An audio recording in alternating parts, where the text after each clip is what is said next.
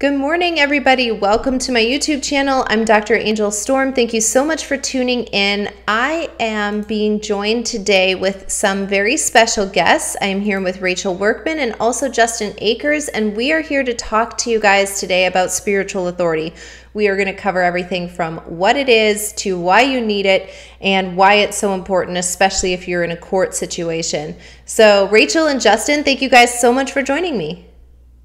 Thanks for having me. Thank you so much for having us. Yes, I am excited to talk to you guys and discuss this topic. Rachel, you had actually brought it up that maybe we should, talk about this, and maybe not everybody who watches our channel or knows about our work that we do, any of us, would know about spiritual authority. And this is actually a super important premise of everything. Justin, you're a pastor, and so everything that you do has to do with, being able to implement your spiritual authority. And Rachel, as coaches, we use this all of the time, especially when clients are involved in a court case. If you don't have it, like I said, rule number one, you're either winning or losing in the spirit. So you're either going to win in court there first or not, right? And so it's a really important topic. So where would you guys like to begin with this? Rachel, I'll let you take that one. All right. Well, I will jump right in. So one of the biggest things I was thinking about when I was going through my process was the promises of God, right? So there's so many promises that we have through Scripture. There's over 8,000, but about 7,000 plus that deal with God's promises to humans. And so how do you get there, right? How do you obtain these promises? And it really starts with possession, right? We can't just read the word and say, okay, here's a promise. You have to possess it, just like the Israelites had to possess the land. God had promised it to them, but they had to do the work. So what does the work look like to possess these promises, to walk in that authority, and to walk in all of the God-given rights that you have, right? So through salvation and through a relationship with Him, we have covenant, we have so many things available to us so that we have authority. But how do you get there? And getting there looks like so many things. It looks like surrender. It looks like obedience. It looks like intimacy, that secret place with God. If you're not doing those things, then we can't even possess what we have available to us. That's really good. Justin? Yeah, you touched something really important right there, and it really comes down to the heart. We always have to approach things with such a great place of humility, because that's really a key to authority. It's not our authority anyway. It belongs to Christ, but we operate through that authority. So as a born-again, blood-bought believer, then we enter into the authority that Christ has paid for. And the way that we can do that is through that humility, through that right heart. And when we don't, when we allow pride to rise up, when we allow selfish motive to rise up, when we allow ourself to rise up, then it actually blocks that authority. It is the dam or the roadblock to allowing God's authority to flow through our life. But I think a lot of believers, they do not understand their authority for a variety of reasons. One, I think there's been a lot of bad teaching. There's been a lot of lack of teaching there, but there's also been a lot of imbalanced teaching where people have gotten too far the other direction, where they thought they had authority for everything.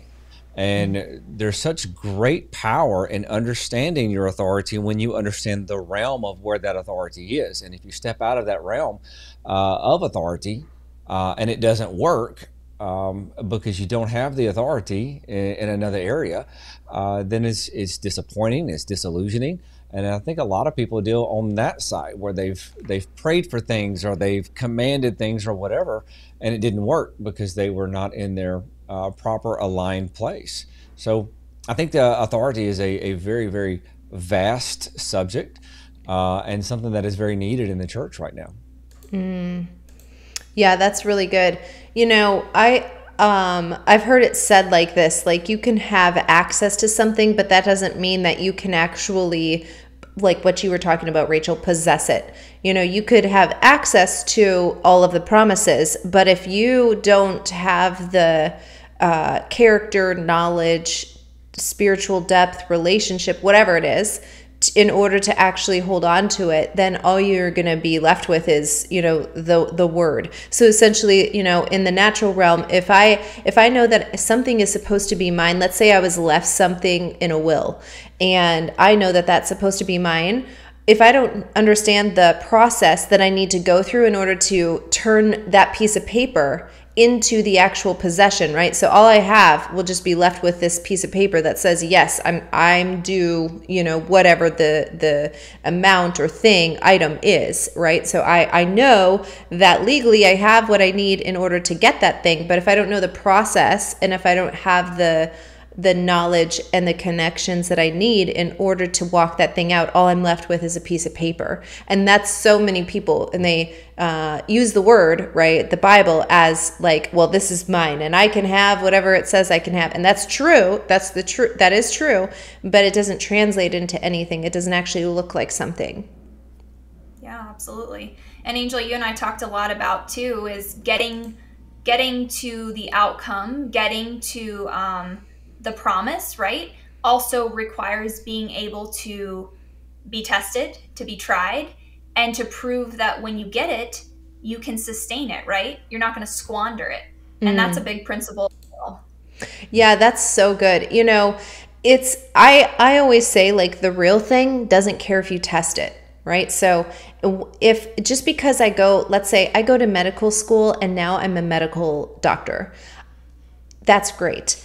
That title is tested every single day as I treat patients, as I see people, as people come in and say, this doctor said this, or this is my second, third, fourth opinion that I'm coming here to get. The real thing doesn't mind you testing it. You can go ahead and test it over and over and over, and it still comes out as the real thing. And that's exactly what we're talking about in the promise as it relates to actually possessing it. There's a process, and the people who are meant to have it, which is all of us. We all have the strength. We all have the same spirit, the same grace available to us to possess every single promise. But the people who actually do it and who end up with the authority don't mind the process. People who are not willing to become to that level of dedication, which really has to do with will. It has to do with submission. It has to do with not understanding how to use your free will to a higher cause. Then they will not be willing to withstand that process to get it. I want to throw in a disclaimer real quick. If the two of you hear yourself quoted by me in sermons, I will try to give you credit at least the first two times I quote you. After that, I'm not sure. But I love what you said, Rachel. Once you get it, you have to be able to sustain it, and that's a very powerful concept right there, because just because you have something.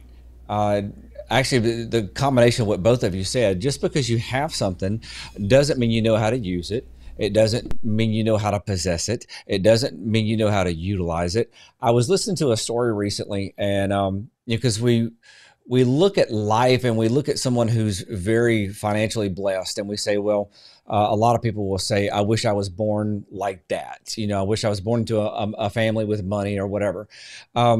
So I was reading this story, and it was about a black gentleman that graduated high school, went to work as a parking lot attendant at 18 years old. And when he got his first check, he went down to one of the local investment places. I don't remember if it was Edward Jones or Charles Schwab or Merrill Lynch or whatever it was. And he goes into this advisor and he says, I'm not a very smart man, and I may not amount to much in life, but I want to do something. I want to protect my future when I retire. Can you help me? And the guy said, sure, I'll help you. And he said, every check, come down and see me, and we're going to put a percentage of your check in these mutual funds.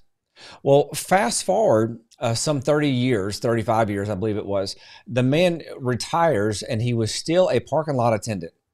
So he retired making $15 an hour, and upon retirement, he was a multimillionaire. He was worth, I believe it was either 10 or $15 million because of every paycheck was put into this investment from the time he was 18 years old. My point is this: when you have a young man that's at the time probably wasn't making $4 or $5 an hour, and then you have another one over here doing the same thing, but it's life choices. We have something that is equally available here. We have an opportunity. We just have to know how to use what opportunity we have. Spiritually, it's the same way. God gives us the availability of his grace, of his power, of his authority, of his supernatural doors to open. He gives us this, but we have to learn who we are through Christ. We have to learn really who he is, to learn who we are and how to access the grace, how to access the supernatural favor of the Lord. So it is available, but the key is to learn how to get so close to the Lord that we understand how to actually access it, how to possess it. I've been stuck kind of on Joshua lately. And, the Israelites came out of Egypt and they were supposed to go possess the land. But when they saw the giants in the land, they were all afraid and they refused to go in, with the exception of Joshua and Caleb. Some 40 years later, when Moses dies and there's a new generation up, God tells Joshua, he says, my servant Moses is dead. Now the land is here. It's time to possess it. Everywhere your foot treads, I'm going to give to you. I'll drive out your enemies before you. Now go possess it. And so there had to be this implementation. There had to be this understanding that the Jordan may be flooded, but we've got to walk across it. Jericho may be a fortified city, but we've got to follow God's strategy and march around it. And this is where a lot of people today, in our generation, there's a sense of entitlement. There's a very high sense of, let me use the word lethargy, to be polite. And it translates over into spiritually as well. And we need to understand that we need to stand up. We need to go in and possess our promise. And when we need to know the timing, and when God's timing is there, and we know that his grace is there for it, there's no giant, there's no demon, there's no devil, there's no obstacle, there's no entity that can hold a candle to the power of God. And if God's called us to possess something, there's nothing in this world that can stop it. Yeah, that's so good. Actually, there is really a spirit of lethargy in the earth right now. Like literally 2 weeks ago or last week, was it last week? I can't remember, but literally because I couldn't get anything done around here. And it's because I live in Texas and the weather was below, I don't know how cold it got. I don't know. Maybe it was in the 20s, but it might have been 40s. Who knows? But anyway, literally everything shut down. And I was literally so frustrated about it because there wasn't even ice on the road. And I asked God, I was like, what is that? He's like, that's the spirit of lethargy. That's what you're coming into opposition against. You made a very interesting comment when that happened, because there was a threat of ice and snow. And so businesses closed everywhere. And you made a very interesting comment to me about that. And you said that it came in during COVID. Yeah, it did. It came in during COVID. And that is so true. The last 2 years, we've seen this progress so fast. My wife and I went to a restaurant the other day. We were doing some shopping, and we stopped by a restaurant that we will frequent, just a little sandwich shop.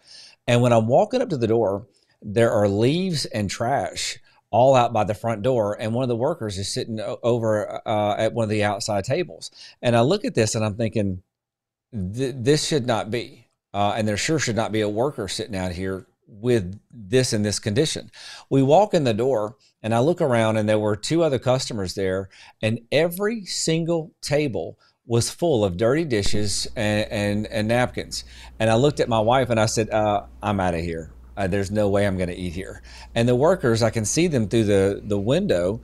They're back in the back, just laughing and playing, and this was just absolutely absurd to me, that you could let a place be like this. And the whole deal was that my guess would be that they did not want wait on customers. So they left the tables intentionally dirty so they would have no room for more patrons.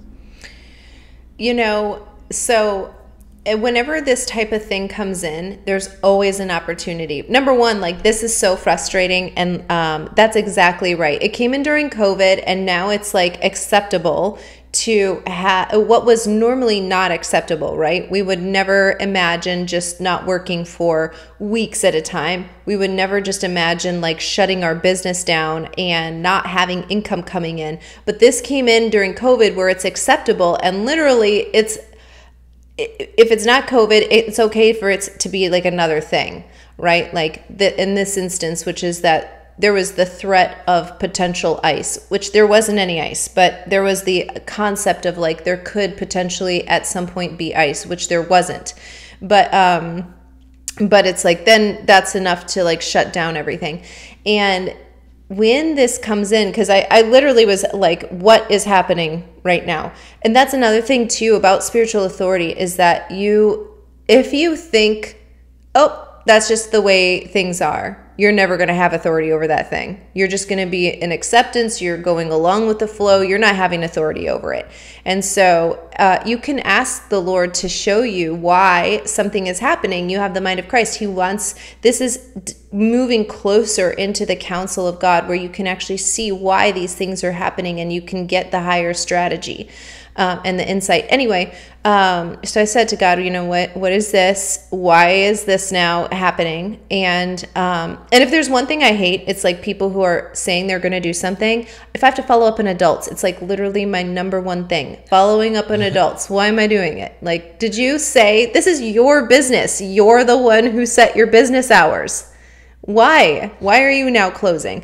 Anyway, so I said, okay, like, this is obviously, it's happening not just in one place, so it wasn't just that one thing. So what's going on? And that's what God told me, the spirit of lethargy.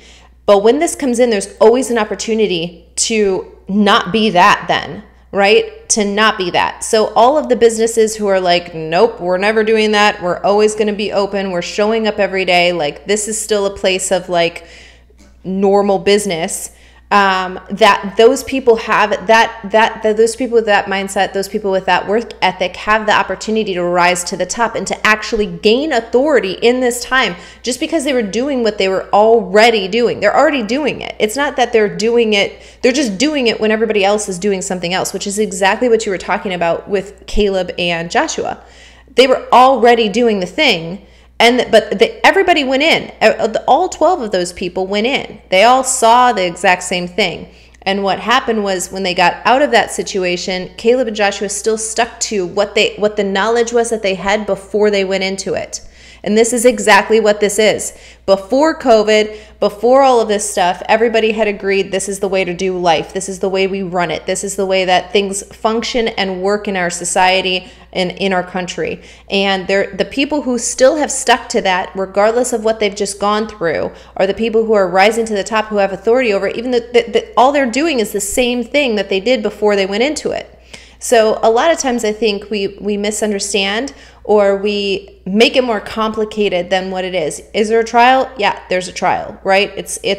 I'm still open when everybody else is shutting down. I'm still having my life functioning while everybody else is out here doing whatever they're doing. They're not in an agreement with the way that things should be. They're not in agreement with the order. And so just by simply being the way that I have been this entire time, when all the nonsense comes in, when the storm is raging, the wind and the waves are calling out for your attention, it's still doing what you were doing before that thing happened. That's what Jesus was doing. He had authority over it because he was sleeping before it happened. He's sleeping during it. And now he's getting woken up to calm it. And he was the only one who had the authority to do it, because he wasn't partnering with it. He was doing what he was doing before that thing came. That thing didn't shake him, didn't shift his mindset. It didn't shift his understanding or perception of who God was or who he was. He was still the one who created it. He was still the one who had authority over it, and he knew that. So anyway, I think like sometimes we make things more complicated than what they really are. It's letting your yes be yes and your no be no. This is a spiritual principle.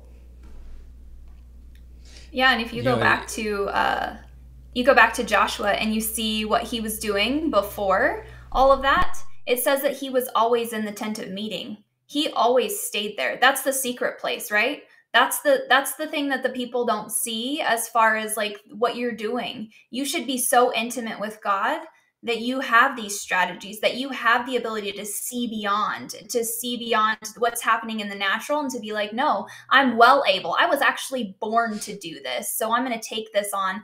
And these giants, yeah, we're not like grasshoppers in their sight. It's the other way around. Let's go take what's ours. And I think that goes all the way back to those foundational principles of he was there. He was in the presence of God. He allowed that to be priority number one. Yeah, That's really good. I have several thoughts here. Number one, so whenever you do just what you do, and then everyone else sets the bar lower, then you automatically stand out. And this is in business, this is in a job, this is in ministry, whatever it is. When everybody else sets the bar lower, then just doing the normal causes you to appear as if you are actually performing with excellence whenever you're just going through the norm. So I really like the way you put that, Angel, because we are supposed to be with a spirit of excellence. We're supposed to go above and beyond. And at this point, you're right. This is such a great opportunity in ministry. This is a great opportunity in business. This is a great opportunity on a job.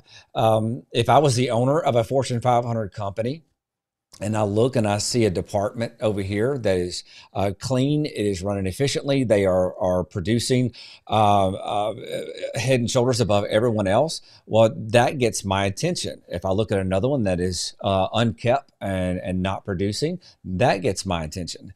And so, spiritually, it's the same way. The principles of life correlate so much to the spiritual concept.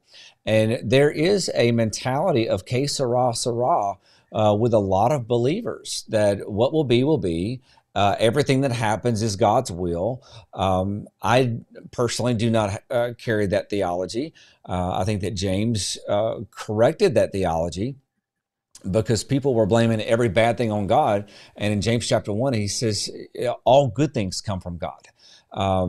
So when we just take the assumption that whatever happens, that it was God's will that I had a flat tire, it was God's will that I was diagnosed with cancer, it was God's will that a COVID pandemic hit America.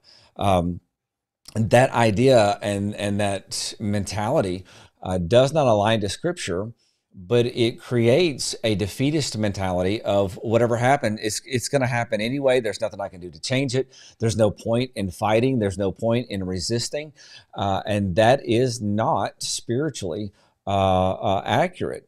And when you think about Joshua, I love what you said, Rachel, because Joshua was right there at the tent of meeting. So why did Joshua become the one to lead Israel? Why did God choose Joshua? Why didn't he choose Achan? Why didn't he choose Korah? Korah was dead set on, I can hear from God too. So why didn't God choose him? He was obviously a natural born leader. Why didn't God choose Achan? I mean, he was already investing money into the ground from the very start. So when you look at the fact that God chose Joshua, he chose him not because he would disobey the Lord to steal the gold, not because he would try to challenge who God had already placed in that position. He chose Joshua, just like you said, because he was only worried about being right there in the glory of God, in that secret place. That's where he was empowered. That's where he was focused. And that right there, in everything we deal with in life, if we put our focus on the Lord, if we truly put our hearts so centered on just being close to the Lord, then number one, we're going to want to go above and beyond. We're going to want to strive with the spirit of excellence. But number two, our heart's in the right place, because our heart is like David's. It's not about being king. It's not even about defeating the giant.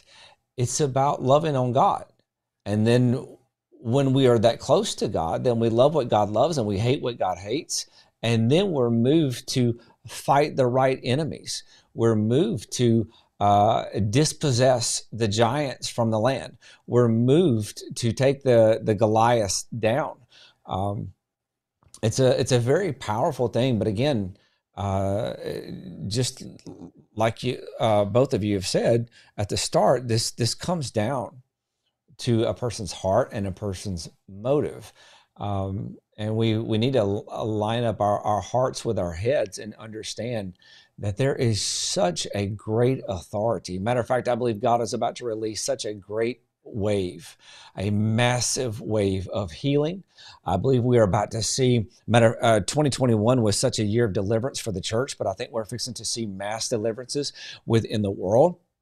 I believe many people that have walked away from God are about to have their hearts stirred, and God has been establishing a church that is walking in deliverance and walking in power and walking in authority. And he's establishing this in the church because of what's fixing to happen in the world, that the church is going to have to be that anchor in the storm. And we're going to see lost people coming to the church for healing, for salvation, for deliverance, for peace, because in this world right now, there is a lack of peace, and we're about to see God move in such a mighty, powerful way. And God is just getting his church ready to walk in that move. Yeah, that's really good, Justin. I couldn't agree more. And I think that along with that, there's levels of authority too. And so, for example,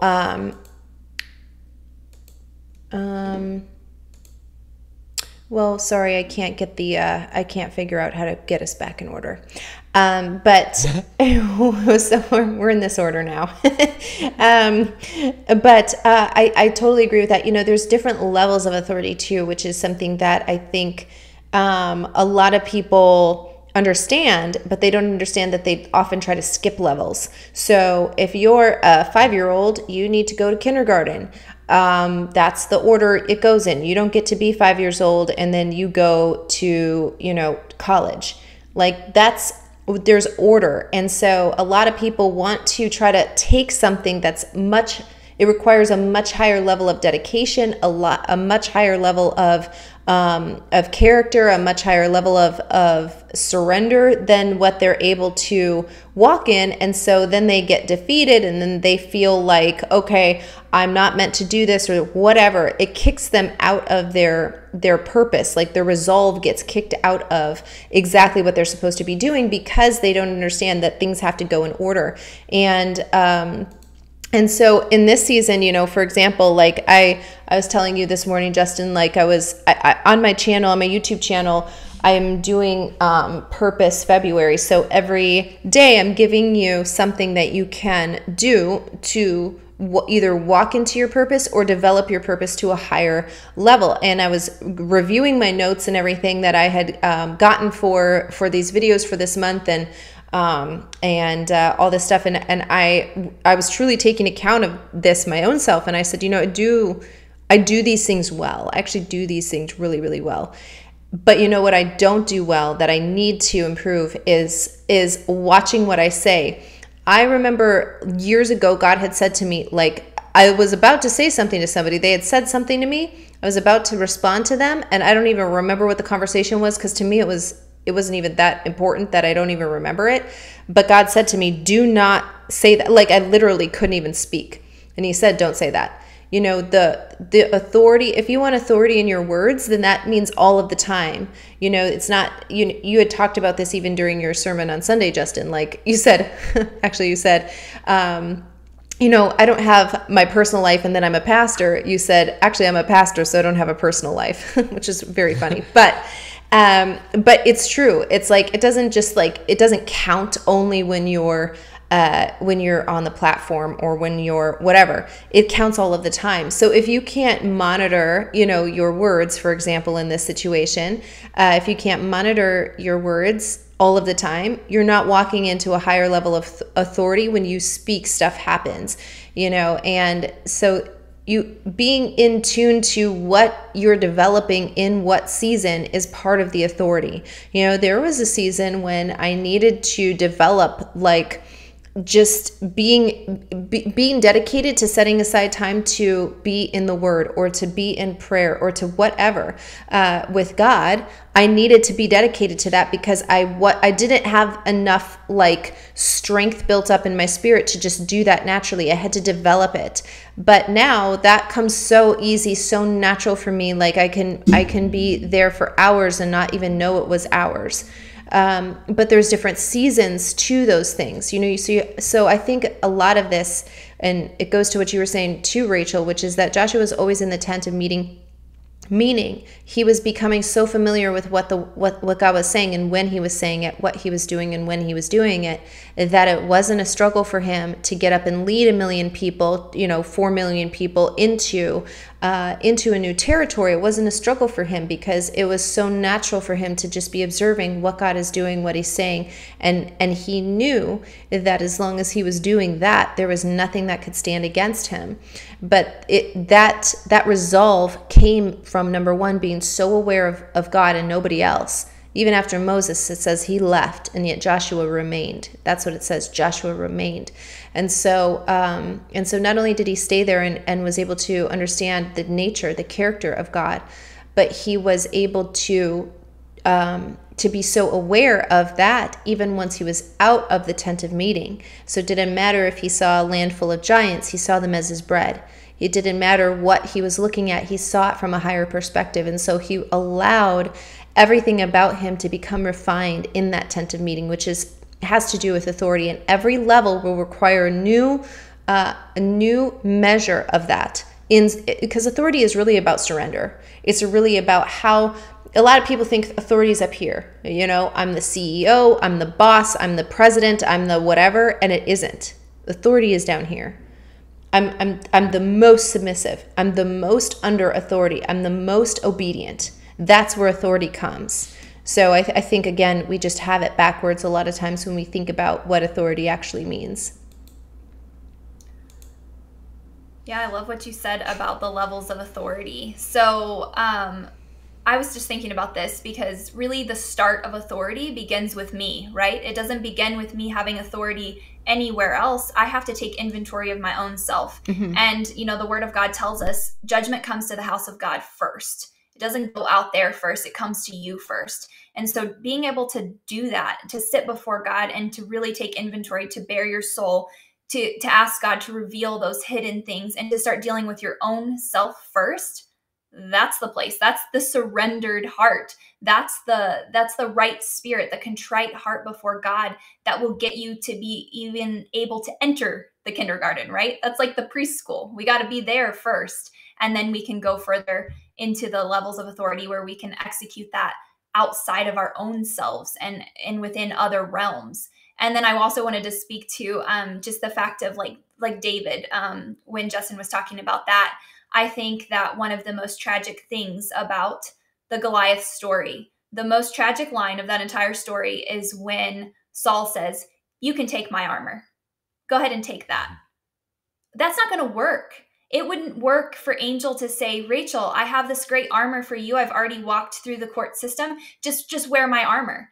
Her sword isn't going to fit me. Her stuff isn't going to work for me. David knew he didn't need that. He had already done what God had called him to do. He had already been obedient to killing the lions and the bear. And by the way, that's multiple. Like, he didn't just do that once. He had repetitive actions of victory and obedience that he built on, that gained confidence, that was allowing him to walk out there and be like, who is this guy who's defying the people of God? Get out of here. And why isn't anybody else doing anything about it? And Saul literally gave away his authority in that moment. That was his fight. He should have went out there and taken down that giant. He was king, he was anointed, and he literally subverted all of that and said, okay, you go do it. And by the way, take my stuff, as if that was going to work. Yeah, that is so good. That's really good. And it goes to another spiritual principle. Nothing happens in a vacuum. And what you're talking about here is using what somebody else has already instead of allowing that person to replicate themselves. And so to being underneath somebody who has the authority to actually replicate the things that they carry inside of you, as opposed to, okay, just take mine, which will never work, right?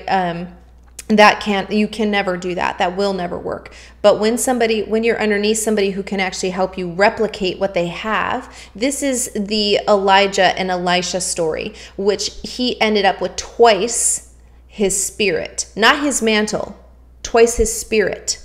And so that's what happens when you replicate somebody who this is always in relationship. Nothing in the kingdom happens outside of relationship, nothing. And a lot of people want to skip it, right? Okay, I don't know you.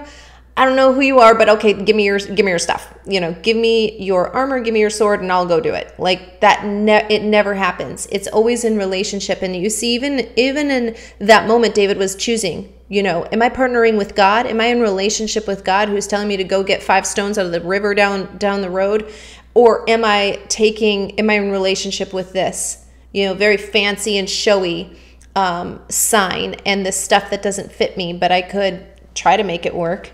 Who am I in relationship with here? And nothing will happen outside of that. But when you're in true relationship, everything that person carries, you get all of it and more. All of it and more. You know why? Because it wasn't just that what he was sitting under, Elisha. It wasn't just that he was sitting under Elijah. It was that he was already anointed to carry that same type of ministry, that same mantle. So he got twice because he was in submission. And that was where authority came. Authority comes again from submission. It's not, we always think of it like, I'm up here, I'm doing all the things, and look at all of this stuff that I have under my control and authority. And in fact, even the centurion said to Jesus, I can recognize somebody who's in authority because I am also under great authority. So he was recognizing the fact that Jesus was in submission to something so in authority, having so much power that he can speak to somebody, say, pick up your mat and walk. Your sins are forgiven. He was able to do all of these things because of his submission, and an unbeliever was able to recognize that. Okay, I want to just say that the two of you spark so many thoughts. I'm going to try to keep some of this straight. Saul was jealous of David because the people said David has slain his 10,000s. They would chant, Saul has slain his thousands, but David his 10,000s. Saul had the opportunity. Like you said, Angel, that was actually his fight to fight. That was not really David's in reality, because Saul was the king. And when he offered David the armor, I question there, what was his motive? Was his motive to protect David? Here, take my armor so you will at least be protected? Or was his motive a little more self-centered and self-motivated? Did he want it to look like he was the one out on the battlefield so that he could take credit if he won? And if he was killed, then it would make it look like he was dead and he would escape. Either way, he had the opportunity, but he wouldn't do it. David's heart was in the right place, and he took that. And Rachel, you're so right. It was lions and bears.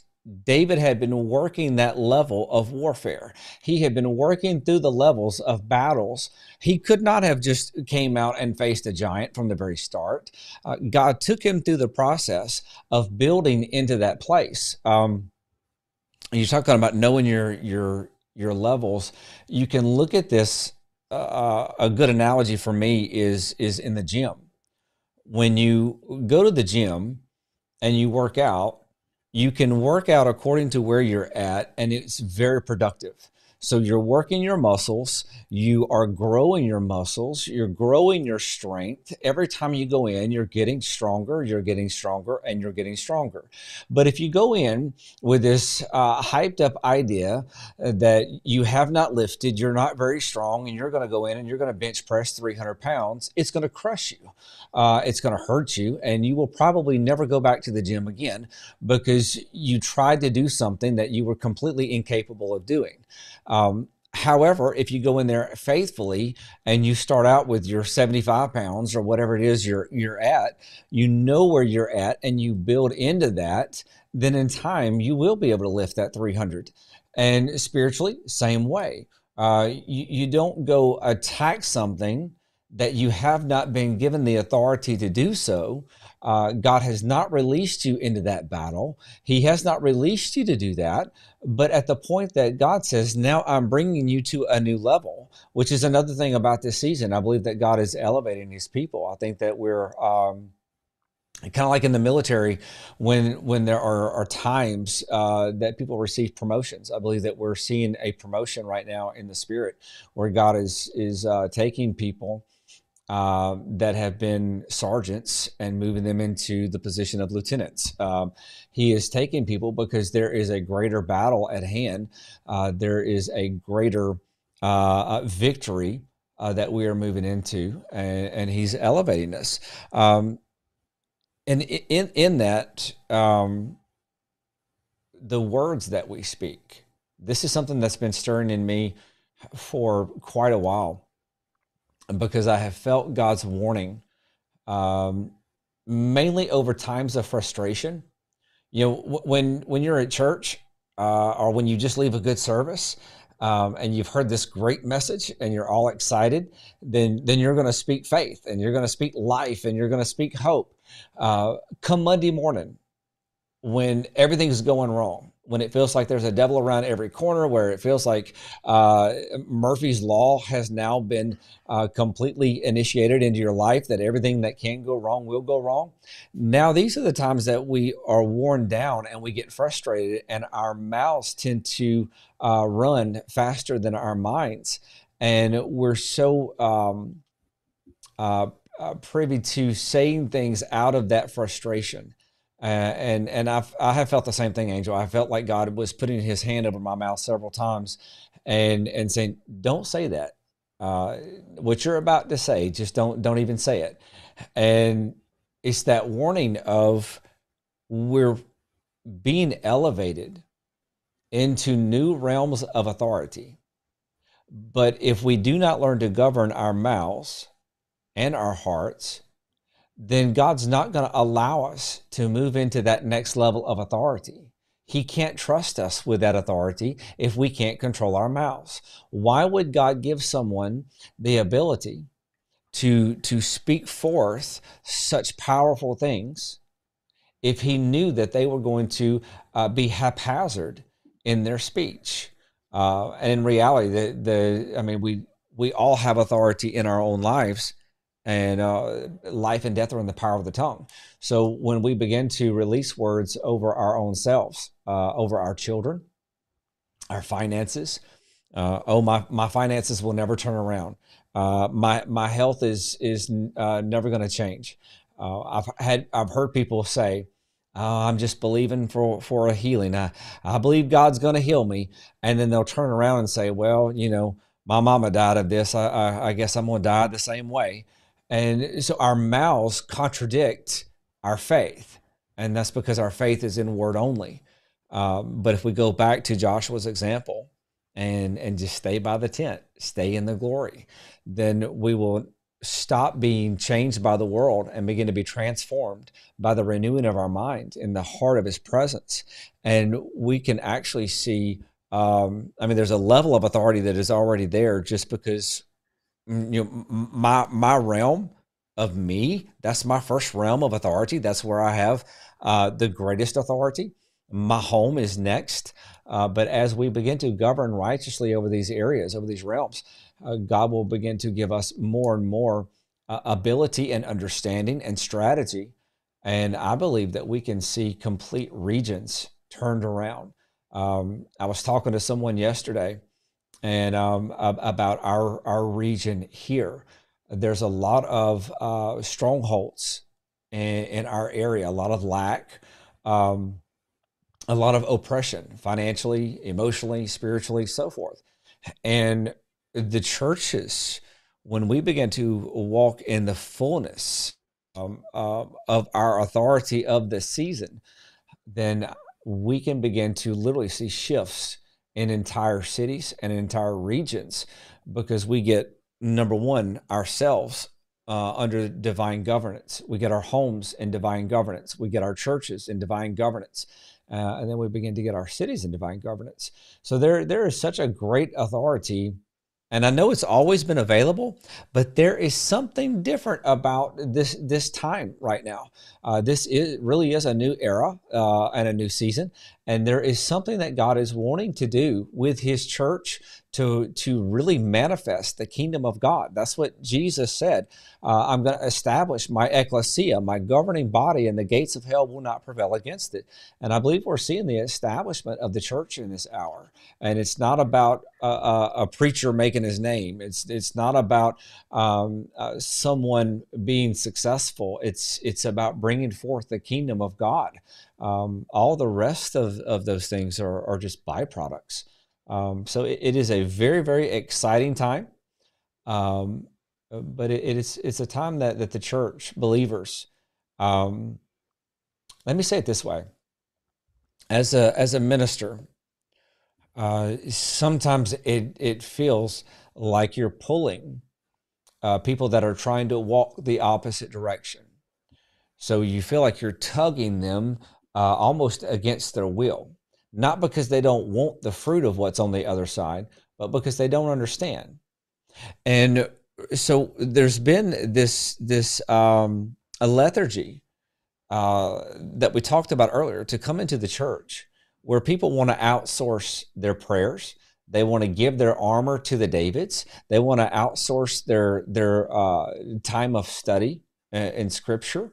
They want to outsource their authority, but they want to walk in the benefit. And so, Angel, you said it earlier, people will quote Scripture and say, this is my promise in Scripture. Well, the promise is there, but that doesn't mean that you are actually walking in that promise.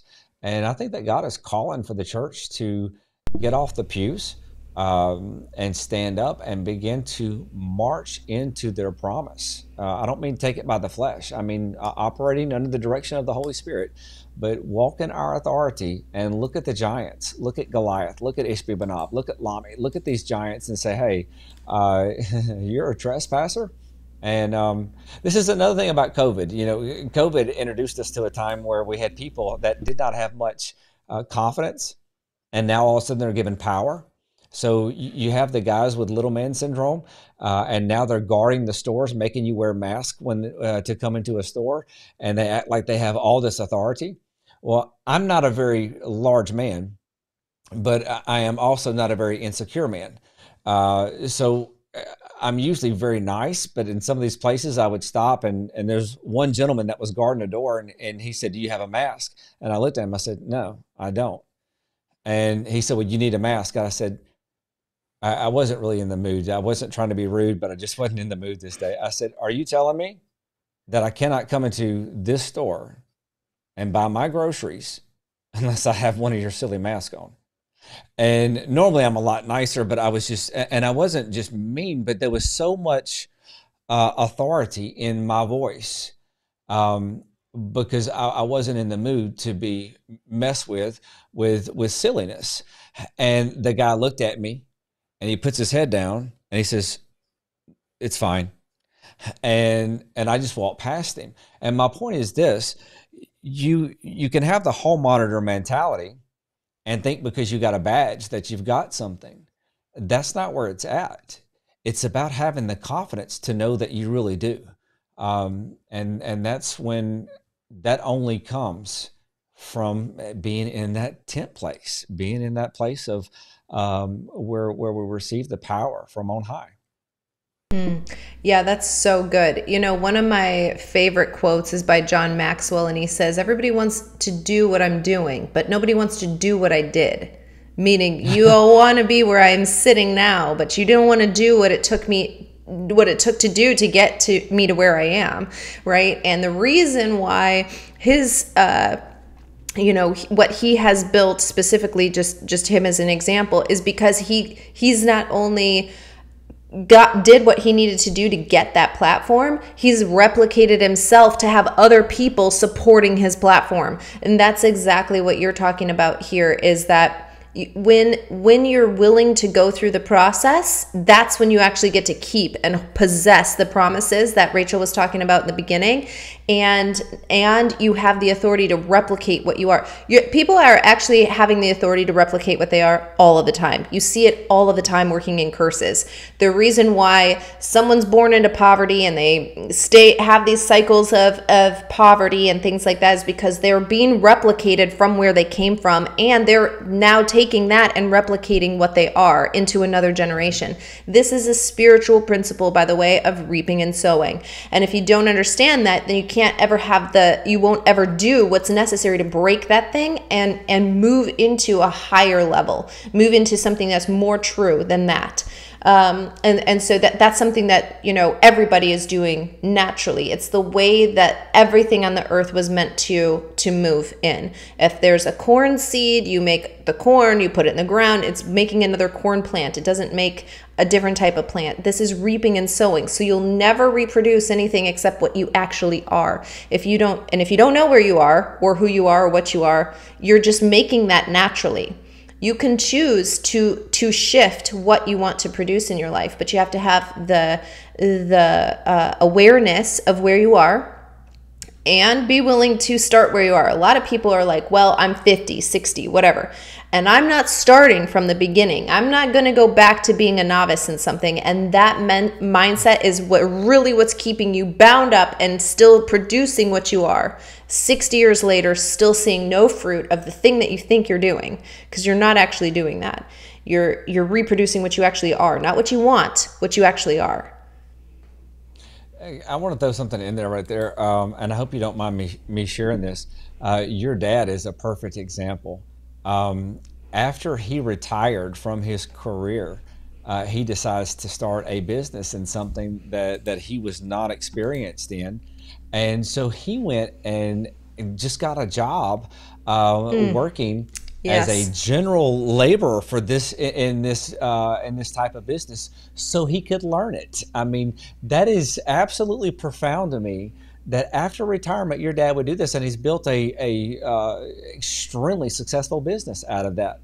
Yeah, you know what? My dad is still, even now, still modeling this stuff, and now he's older and he's done with that business. That business is up and running. My sister runs that one, and he's starting another thing. And he's like, yeah, I'll go back and I'll start over again. And he doesn't care. My dad, just FYI, like, he's quite educated, like, he replicated what he is in his kids, and he still doesn't, and he literally has the mindset of like, today I'm doing something new, or I'm doing something that I'm afraid to do.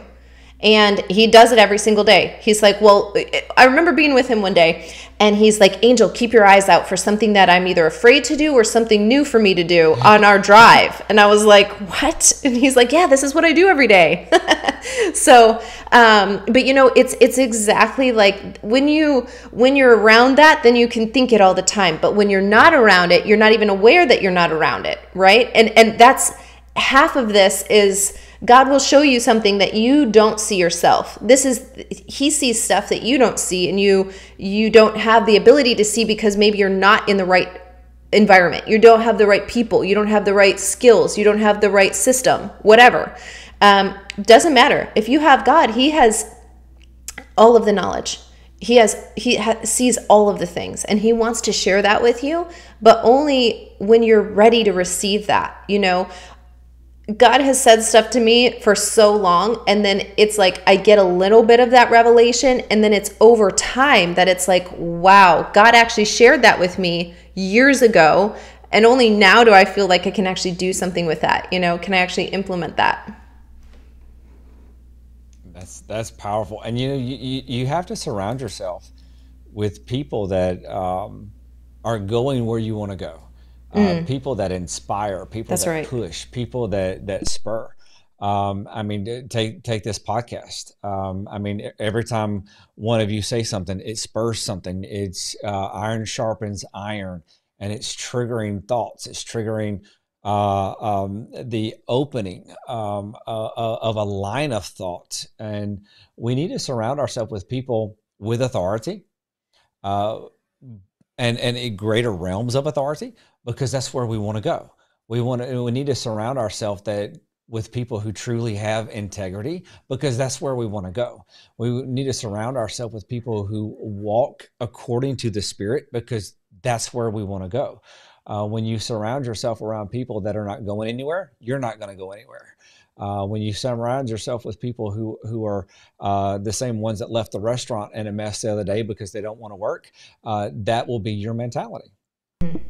Yeah, that's absolutely true. It's so important. And half of the people's problems would be solved simply by doing something that you've never done before.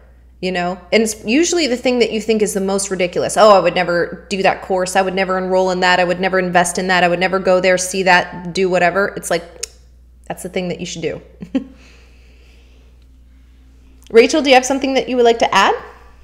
Yeah, I think similar to even your dad, my grandfather, and my whole family is very much like that, right? So they've all built businesses, and it's come from the foundation of my grandfather. And he grew up impoverished and without very much at all, but he always worked really, really hard and knew that, like, if I can just work hard and put my shoulder to the grindstone, I can achieve something. And he did. He didn't know how to run excavators and do all of these things. He taught himself, and he ran a very successful business in 2 different cities, developing land and then building homes and doing all of that kind of thing with a high school education. And he built his first home that he started in. He did the labor for it, right? So being around people that are, self-propelled and have the mindset that, like, look, even when I'm in a crisis or my back's up against the wall, I'll just turn it into a classroom. And I remember my grandfather saying to me in the midst of my trial, where things I was like, I've never been in a courtroom. I'm so fearful of this. I can't do these things. And he was like, well, you love education. And that's true. I do. I love learning. I'll probably be a lifelong person who just invests in all of that. But he just told me, you love learning. Why don't you just flip your mindset turn it into a classroom, right? Turn your crisis into the classroom of God, get enrolled, get committed, and then we're going to do this thing. And, he was my person throughout this whole thing, as far as walking me through it. He sat outside the courtroom. He drove me to court. He did all of those things because I needed that energy, and I needed his anointing and his leadership in our family to keep me going. He was the person in the car. I just needed his presence there to know it's okay. I needed him to look me in the eye and steady me so I could stand firm in everything that he would be able to push me forward in, even in my weakest moments.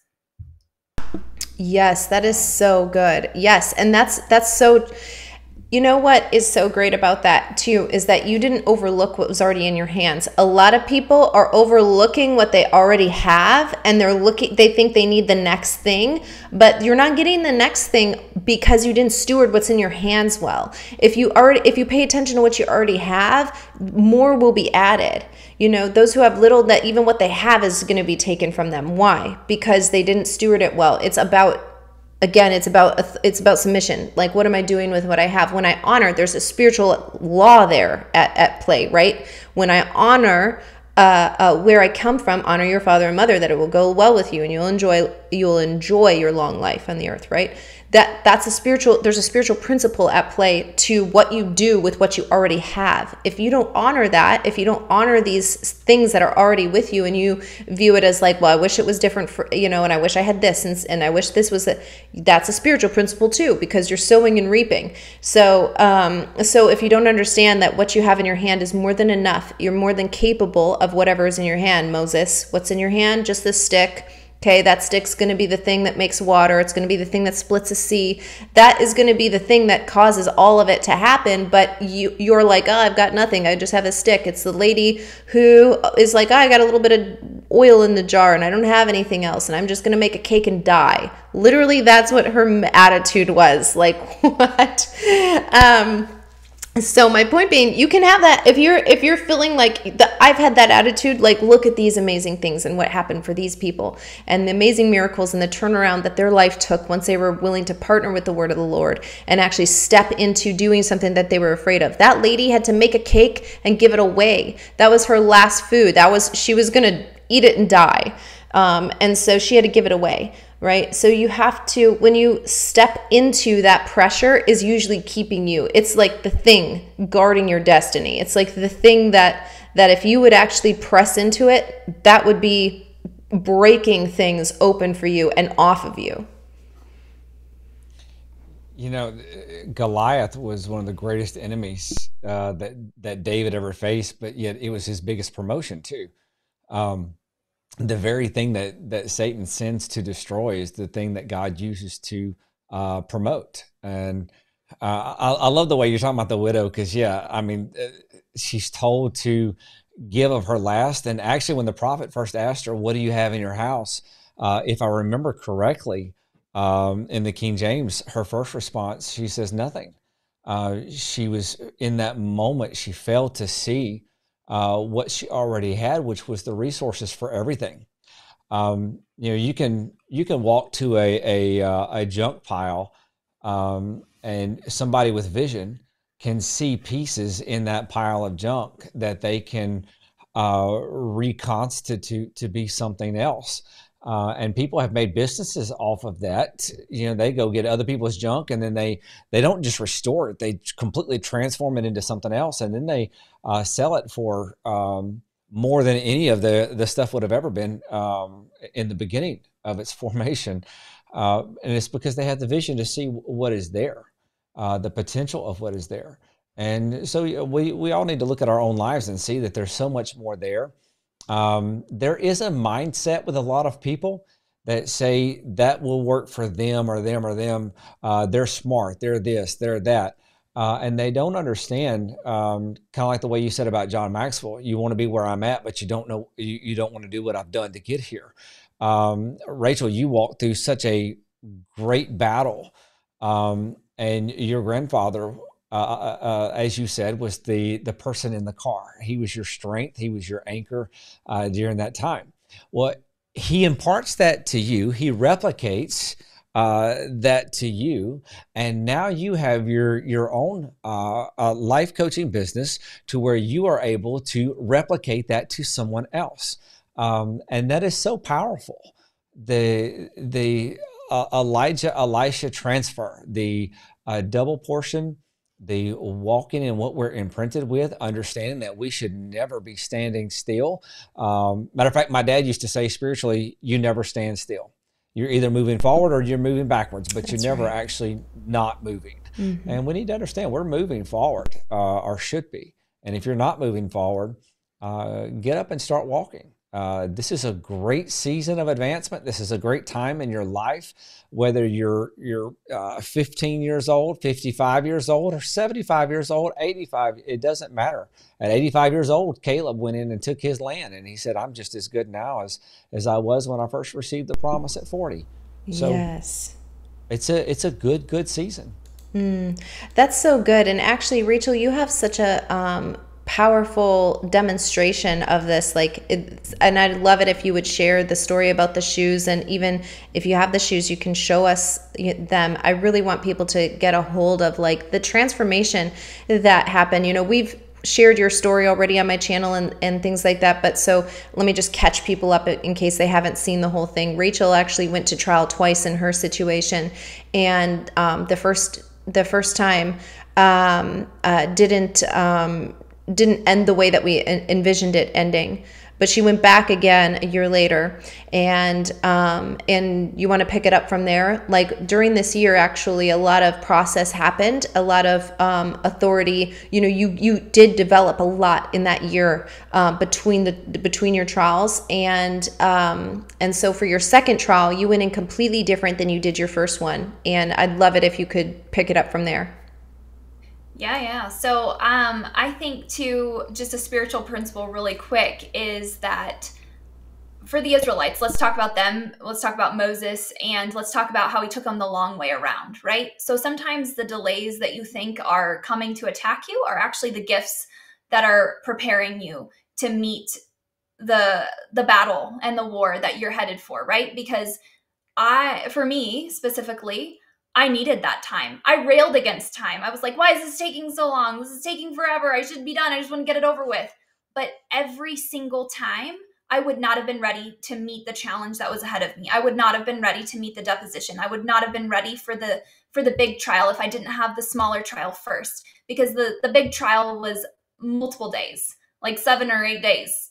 It was not short, right? So and it was over the course of between March and May. So there was a couple days here, and then there would be like 3 or 4 week break, and then another time we had to go. And so you're doing all of this stretched out, but I had the endurance and I had built that up.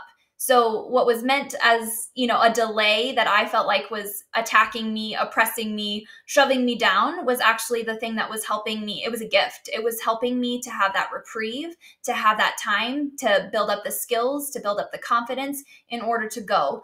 But one of what Angel is referring to is the gift of confession and decreeing the word of God, right? So that's a gift to the believer from God to manifest the kingdom of heaven here on earth. So if we're trying to get to destiny and we're trying to walk in victory, we're not going to be talking defeat. We're not going to be forming or framing our world with defeat. Our words and our worship are going to be out in front of our circumstance.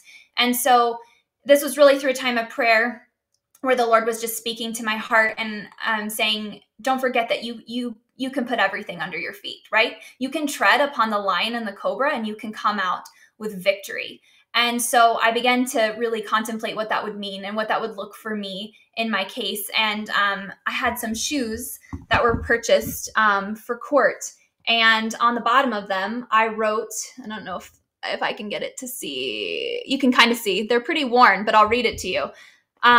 What I wrote on the bottom of my court shoes was, God will not forget me. He will not forsake me. He will not fail me. I have the victory. I have it this time, that time, and every time. And God's faithfulness was so good to me. And just going back to what Angel was talking about, like with the widow, like I'm about to die. Like I'm about to eat my last meal and die. And Moses came up with 5 excuses. I can't go. I don't speak well. I need Aaron with me. I need a companion. I need an advocate, right? I can't go do these things. I'm not your guy, God. I think we all feel those things. And I just want to speak to the goodness of God in those moments, because the goodness of God, the favor of God chases you down. And when you experience that, he gives you opportunities, right? He didn't just shove Moses off and say, I'll find another guy. He worked with Moses in those moments and even allowed Moses, like, okay, fine, take Aaron. Go ahead and take him with you. If you feel like you need a security blanket, you can take him. And guess what? You're still going to do all the talking, but I'm giving you a concession here, right? And God gave the widow the opportunity too. He will give you the opportunity. Find those places and partner with God, because even in your excuses, or even in the moments where you're railing against what you have to step into in order to get to the victory, there's opportunity right there to partner, to be obedient, and then to move forward past these things to get to the next level of authority. That's so good. Yeah.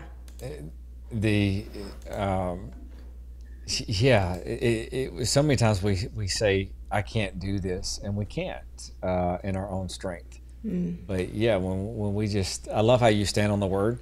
You took the word of God literally. You put it on your feet, and you stood on that, and you said, I'm standing on God's word, and nothing can trump that. It's very, very powerful. Mm-hmm. Yeah, I love that story because it was a good example of, what we did one time. And that's another thing too, that oftentimes people they interpret it incorrectly, which is that, okay, I didn't do it right, or this, I failed before and I'm going to fail again, or this didn't, my expectations weren't met the first time. So what's going to make it different this second time? And we get into a cycle of defeat in our minds, which whenever we start believing something, whenever we have a mindset about something, we're opening the door for a spirit to come, good or bad.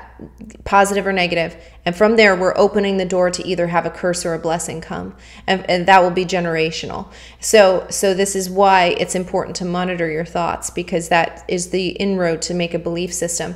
Anyway, when we face something, we often, sometimes we can think about it as like, okay, this already defeated me. But that, when we actually look at it through the perspective of heaven, is that was the training, that was the warm up, that was the, preliminary example of what's to come. And it was not the test. It wasn't the thing, which I tried to tell this to people about 2020. I tried to tell people, like, this is not the thing.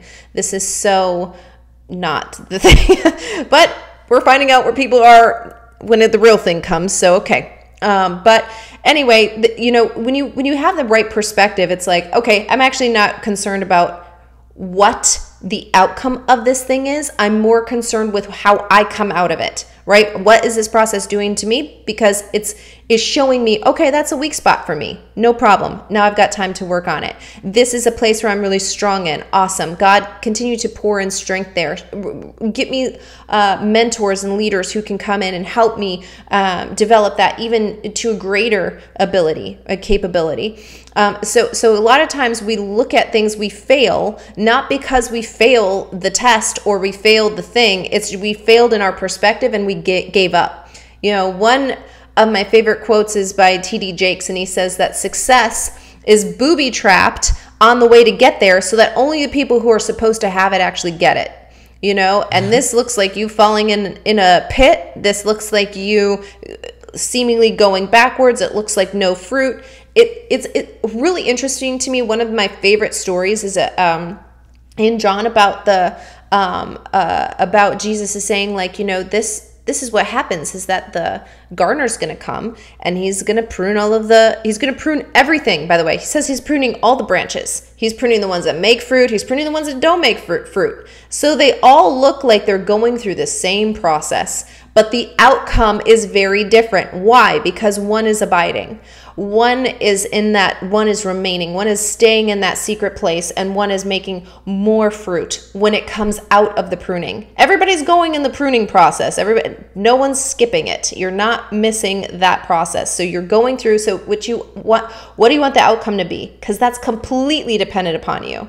You can't control the process, okay? Terrible things happen. It's not the will of the Lord that those terrible things happen, but what is the will of the Lord is that those things get redeemed. But that is up to us and to our belief system and where we put our faith, and what we confess with our mouths is a reflection of what we actually believe inside.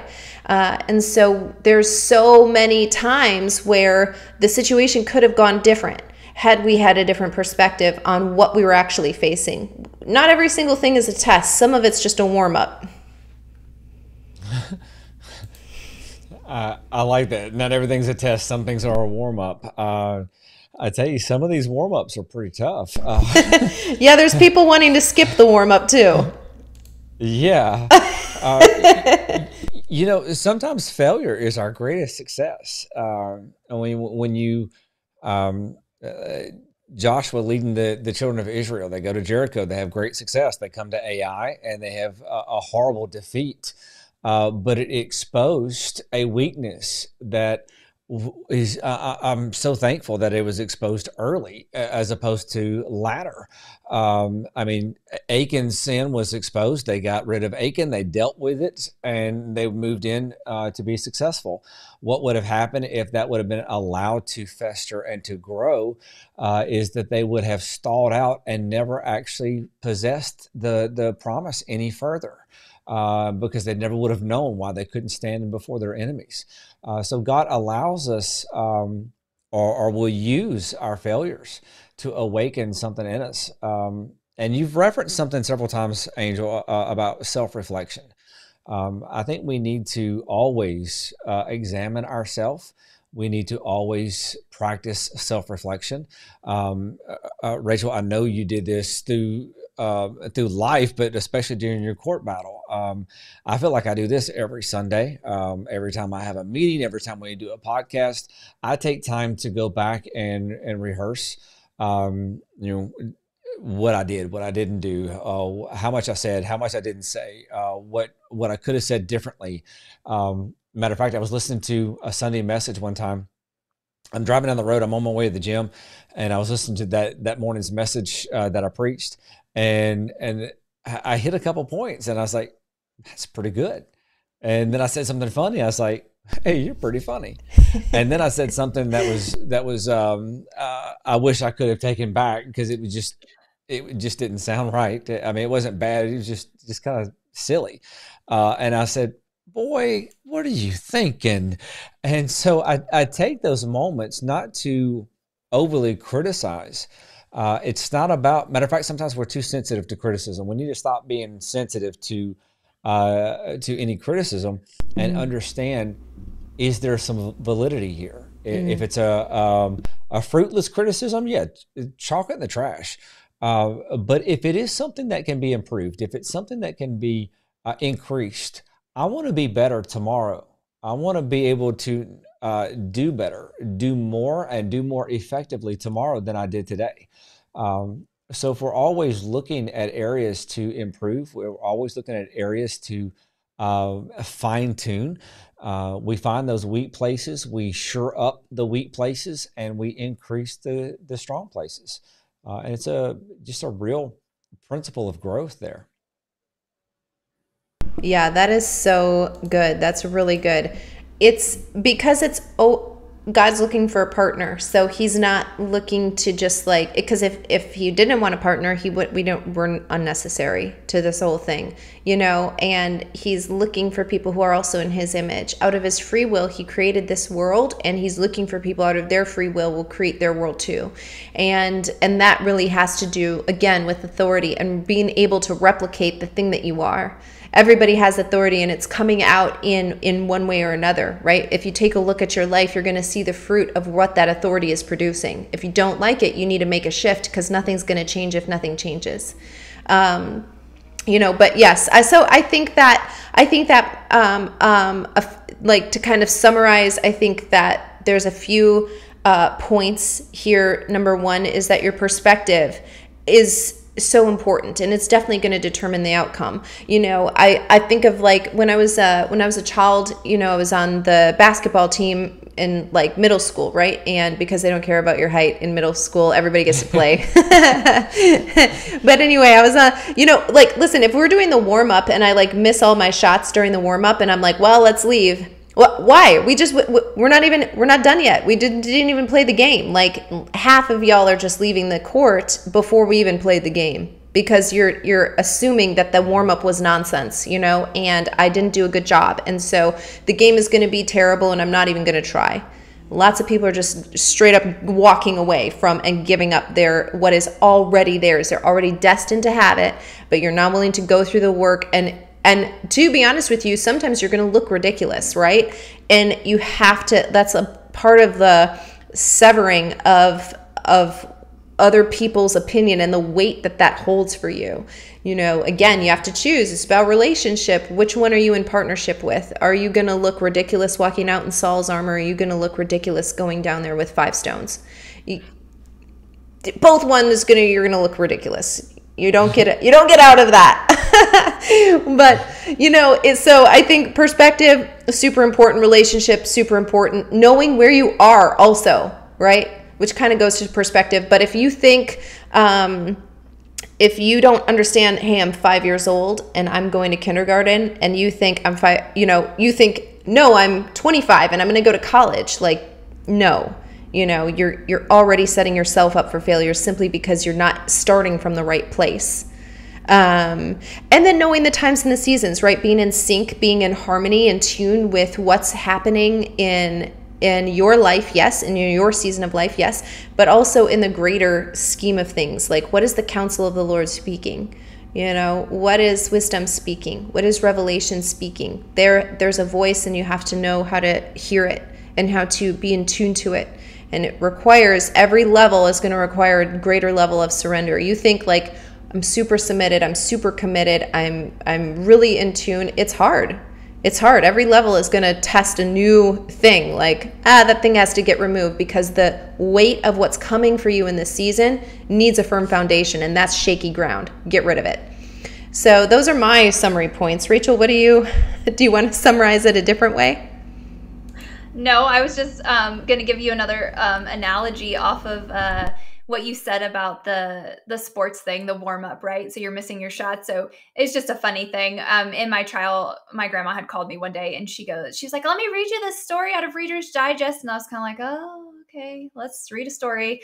All right. I hope this like helps me or something, because I'm a little bit desperate, you know? And she reads me this like cute little story about this lady that was passing like, just like a field, right? The kids are playing and she saw the scoreboard, a baseball game, and it appeared like, you know, the team was getting smoked. And the lady said, oh, you guys are really having a hard time. And the little girl turns to her and says, we haven't even went up to bat yet. And so my grandma was like, listen, you haven't even gotten to speak yet. And your case hasn't been put on yet.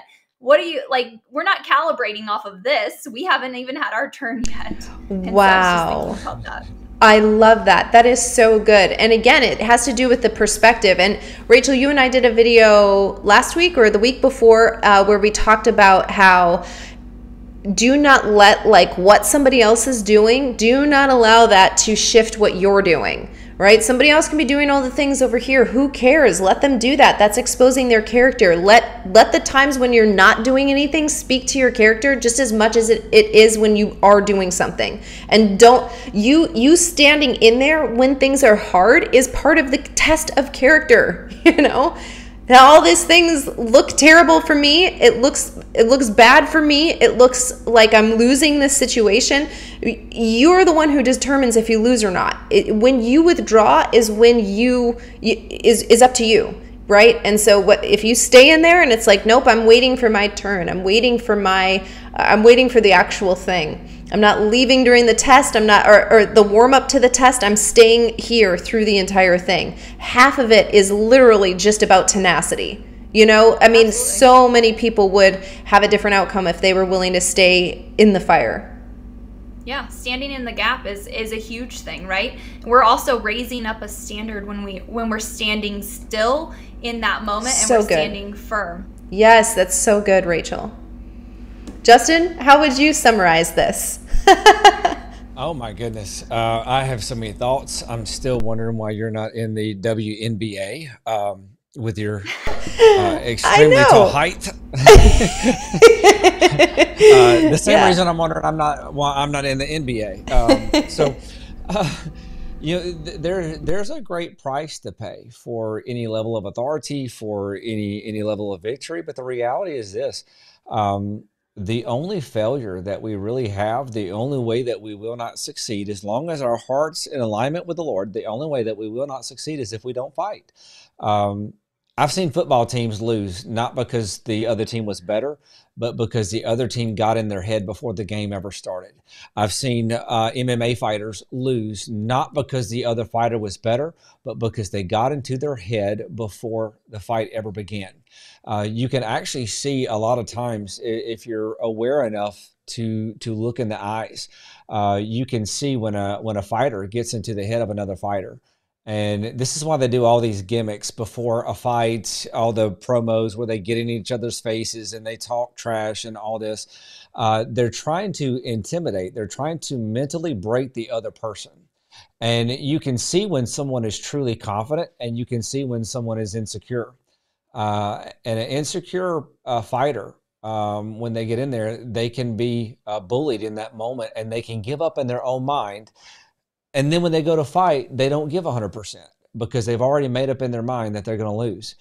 And we need to stop making up our mind that we're going to lose. We need to stop making up our mind that just because things have gone a certain way up to this point doesn't mean that that's the way they're going to continue to go. It was Thomas Edison that after over 9,000 attempts to make a light bulb, they said, "Are you a failure?" And he says, "No, I'm a complete success. I know over 9,000 ways that do not work, and eventually I will find the one that does."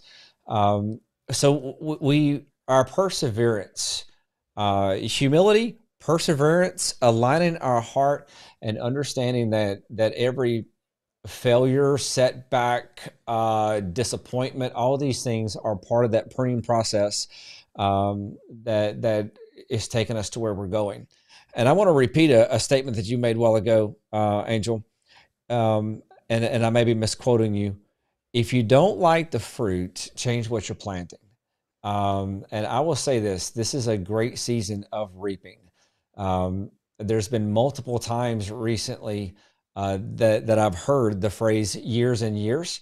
And then Angel actually messaged me recently with a dream that she had. And that was part of the dream, was years and years. I love that phrase, but that phrase is neither good nor bad. The phrase, it just means years and years. But what's happening right now is we're at a time of a great reaping of what we've planted. And it's years and years of the things that have been planted about to be reaped. And that's either good seed or bad seed. So if you don't like what you're planting or what you're reaping, change what you're planting. Don't plant doubt. Don't plant negativity. Matter of fact, I will tell you this.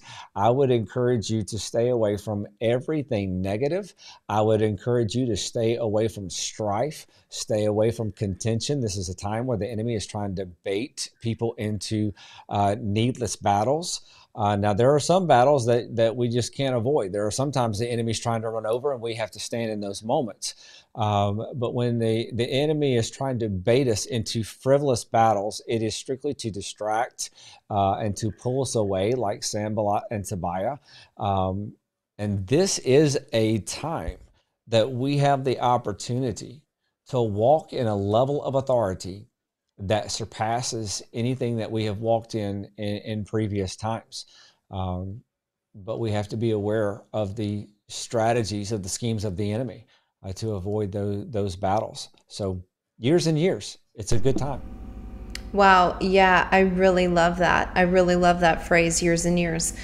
It's years and years of maybe seeing no harvest. Remember I said, like, everybody gets pruned. Everybody is getting cut away. That process isn't getting, we're not shortcutting that for anybody.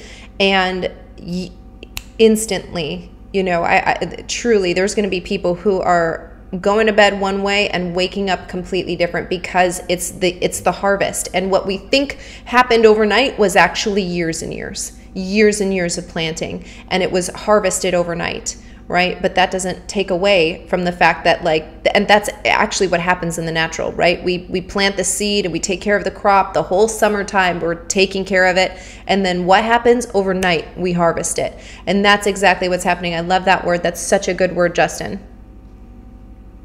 Yeah, that's a very powerful word. I actually have a very close friend of mine who is a farmer, and I mean, I thought I knew the farming process, but I learn more every time I talk to him. And there's so many things that go into farming. It's the pH balance of the soil. It's there's so much that they have to watch over. He told me the other day that he could use a different kind of fertilizer, but if he did, then he's going to have a great expense of another chemical that he would have to use to balance out the pH balance in the soil. Otherwise, it would produce a bad crop. And so we have to understand that there's so many variables that come in here, and we need to cultivate our land very cautiously and carefully, and not allow any poison of the enemy to come in. You know, it's the same way with our bodies. You know, if you do not eat right, then you're opening the door for different things to come into your body. And you know, there's a lot out there that can come in, and all of it correlates back to the spirit. So be careful what your soil consists of. Yeah, that is so good, Justin. And even in that story about the farmer, it's a reminder of, like, you have to take a constant account of what's going on. It's not like, nope, field's good, soil's good, seed's good, planting it, done. No, it's a constant account of, like, what is actually going on? What did I allow? Because actually there's story, and the word says that it was in the nighttime when everybody was asleep that a thief came and he sowed bad seed into the ground. And so you wouldn't know that if you weren't keeping account of it. You know, you wouldn't even know that, hey, there was some tares sowed among the wheat if you weren't taking account of it, you know, on a regular basis. Yeah, you know, it's kind of funny. People sometimes think that farmers work twice a year. They work in the spring and they work in the fall. They plant their seed and they go harvest. Farmers work all the time.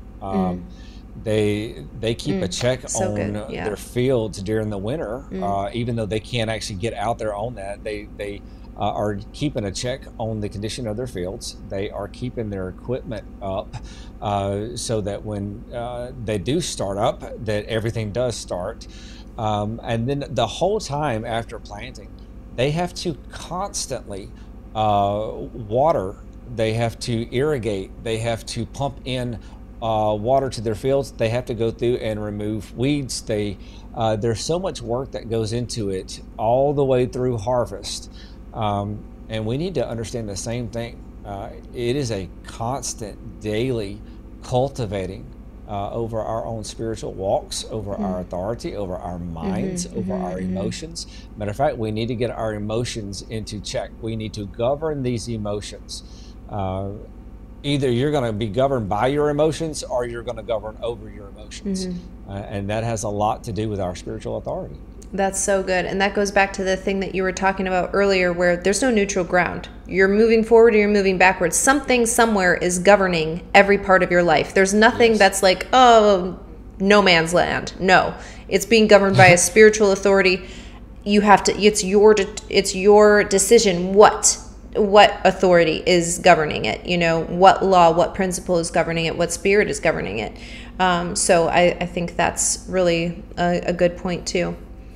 Well, do you guys have anything else you want to add before we close? Rachel?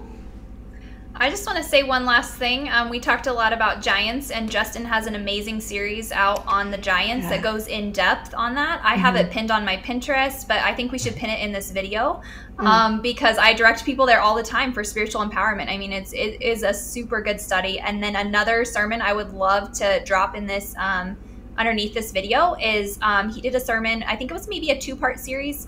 You can correct me, Justin, but it was on something Dawn Treader. Do you remember that? Do you remember preaching Yes. That needs to go down here. We didn't get to get into like worship and how worship is a warship, and that was a powerful sermon. So let's link it here for people.